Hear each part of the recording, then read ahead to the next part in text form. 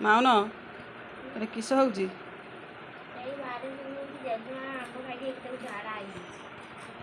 ଜେଜେମା ଆମ୍ବ ଖାଇକି ଝାଡ଼ା ହେଇଛି।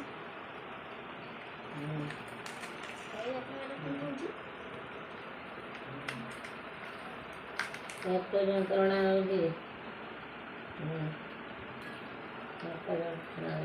ଥାଉ ଥାଉ ଥାଉ କମ୍ ସେତିକି ୱାରେସ ଗୋଟେ ଲିଟର ପାଣିରେ ପକେଇବା।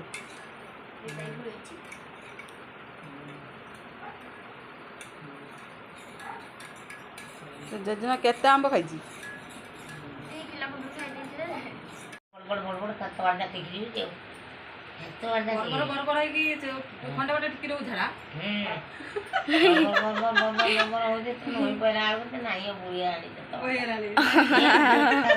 ପତ୍ର ବୁଡେଇଛି ଦେଖିଛୁ କଟା ଗଛ ପତ୍ର ଯେ ହେଇଛି ଗଛ ପତ୍ର ସବୁ ବୁଡି ଯାଇଛି।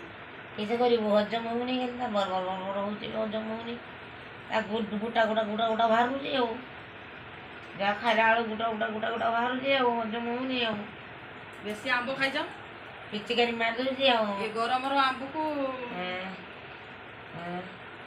ନା ସେଇ ଶାଢ଼ୀର ଯୋଉ ଭାତ ଦେଲା ନା ସଞ୍ଜବେଳେ ଖାଇଦେନି ଭାତ ତରକାରୀ ସବୁ ରନ୍ଧା ହେଲା ମୁଁ ପୋଟଳ ଗୁଡ଼ ଖାଏ ନାହିଁ ସେ ପୋଟଳ ମଞ୍ଜି ଆଉ ସେ କିସ ବାଇଗଣ କରିଦେଲା